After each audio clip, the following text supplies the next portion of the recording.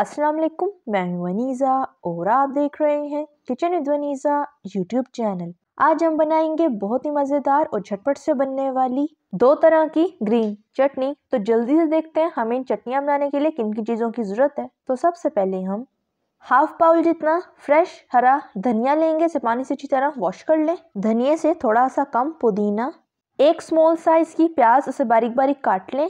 3 अदद medium size की हरी मिर्चें, 4 जवे लहसुन और एक टुकड़ा अदरक का लेंगे, उसे बारीक बारीक काट लें। 1/4 हिस्सा रोस्टेड सफ़ेद ज़ीरा पाउडर, 1/4 हिस्सा काला नमक, 1/4 हिस्सा काली मिर्च पाउडर, 1/4 हिस्सा नमक, 1 टेबलस्पून फ्रेश नींबू का जूस, हाफ बाउल मायोनीज और थोड़ा सा पानी लेंगे। तो ये थी हमारी सारी चीज़ें। अब बनाना शुरू करते हैं। तो बिस्मिल्लाहिर्रहमानिर्रहीम। सबसे पहले एक ब्लेंडर लेंगे, इसमें धनिया ऐड करेंगे, फ्रेश पुदीना, अदरक और लहसुन शामिल करेंगे, कटा हुआ प्याज। अब इसमें हरी मिर्चें ऐड करेंगे। हरी मिर्चों को हम छुरी की मदद से इस तरीके से काट कर छोटे पीसेस में ऐड करेंगे। रोस्टेड सफ़ेद ज़ीरा पाउडर, फ्रेश नींबू का जूस ऐड कर दें।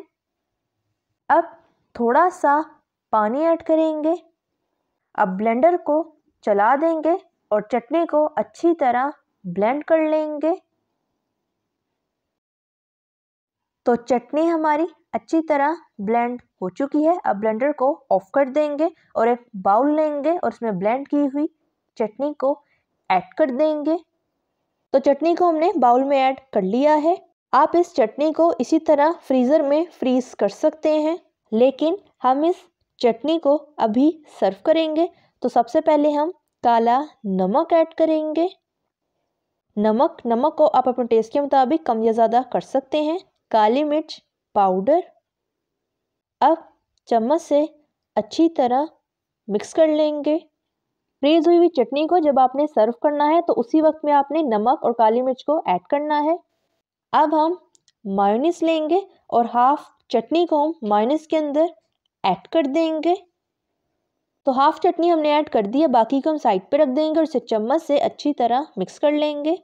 तो चटनी हमारी मिक्स हो गई है। अब इन दोनों चटनियों को हम डिश आउट कर लेंगे।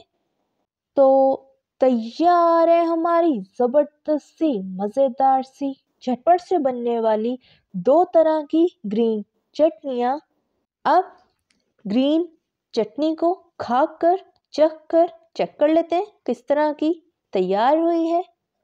तो ये देखें, माशाल्लाह से चटनी हमारी कितनी थिक तैयार हुई है। अब खाकर देख लेते हैं किस तरह की तैयार हुई है। तो खाने में भी बहुत ही मज़ेदार तैयार हुई है। आप इस रेसिपी को ज़रूर ट्राई कीजिएगा। आप इन चटनियों को शवारमा, रोल, पराठा और सैंडविचेस के साथ खा सकते हैं और मायोनीज के बगैर वाली चटनी को आप रोटी के साथ भी खा सकते हैं। अगर आपको मेरी रेसिपी अच्छी लगी तो लाइक करें, सब्सक्राइब करें और बेल आइकन के नोटिफिकेशन को प्रेस करना मत भूलिएगा, ताकि मेरी हर नई आने वाले वीडियो की नोटिफिकेशन आप तक पहुंच सके। मिलते हैं नेक्स्ट वीडियो में। अल्लाह हाफिज़।